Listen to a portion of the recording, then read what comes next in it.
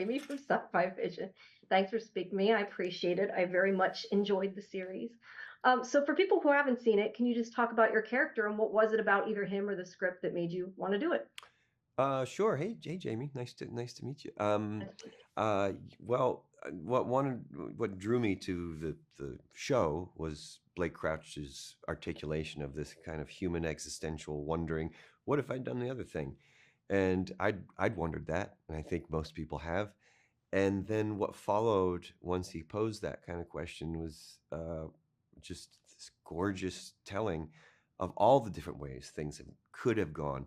And I found it really satisfying to my daydream of like, what if? He's like, well, this is what would happen there. And then this is what would happen there. And imagine if this happened there. And it was almost like what your brain wanted to see. So as I just read this, I was like, I need to be a part of this. If it's so human, so universal. And obviously, I love sci-fi.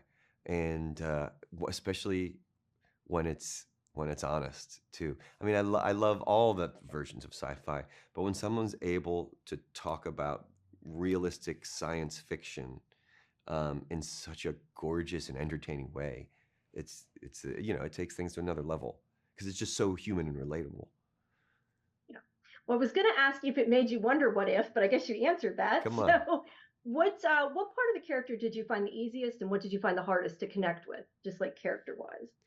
Um, I think character-wise, I found it easiest to relate to Ryan 1.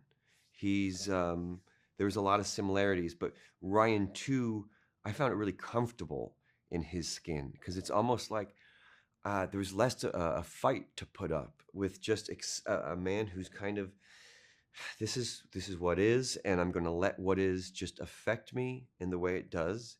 And he's a passive guy, which I am not, but I think I kind of daydream about being more passive, and maybe it'd be easier.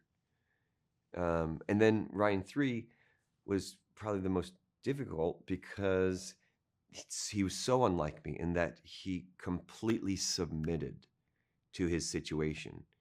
And I don't really know that feeling. And so, yeah, it was the most foreign, but also the most kind of interesting for me to try because he was actually most affected by Chicago. So he's a bit more Chicagoan and he's the most different. Even though the first two might be very physically different, he is the most different. He's had the most soul change. And that's kind of what I was going to ask. I know that some of them are physically different, but was it hard to kind of, I guess, make it seem different as you portrayed it since they all, I mean, not that your characters don't normally look like you, but doing it all in one project, did that make it more difficult, kind of having to always think about this is this, version? You would probably think because it's like, oh, that's more on your plate. But as actors, we just love to be tested and love to be made to think. And so, for me, I love more work. It keeps me more focused. Downtime, I'm not sure what to do with. So to like differentiate these three guys all in the same chunk of time was really actually kind of satisfying, and sometimes bouncing back and forth just to accommodate a schedule. Um, no, it was a great exercise. I come from theater. I love to be kept on my toes. I like to be asked a lot of. So, I mean, listen, the work I did was not even a fraction compared to Joel and Jennifer, who bring it to another level. They bring television acting to a whole nother level. And Elise backing them up, just those three really are the faces of this show and just slayed it. Yeah, I'm They're not sure how he so would fun so to many of them watch them. separate in his head. Yeah. Let me ask you just really quick. I was thinking about it because Brian doesn't necessarily, let's say, go for the same reasons or but so if it was you and like somebody decided you could go someplace else, would you like be able to kind of adapt to a new different reality if you didn't have a choice?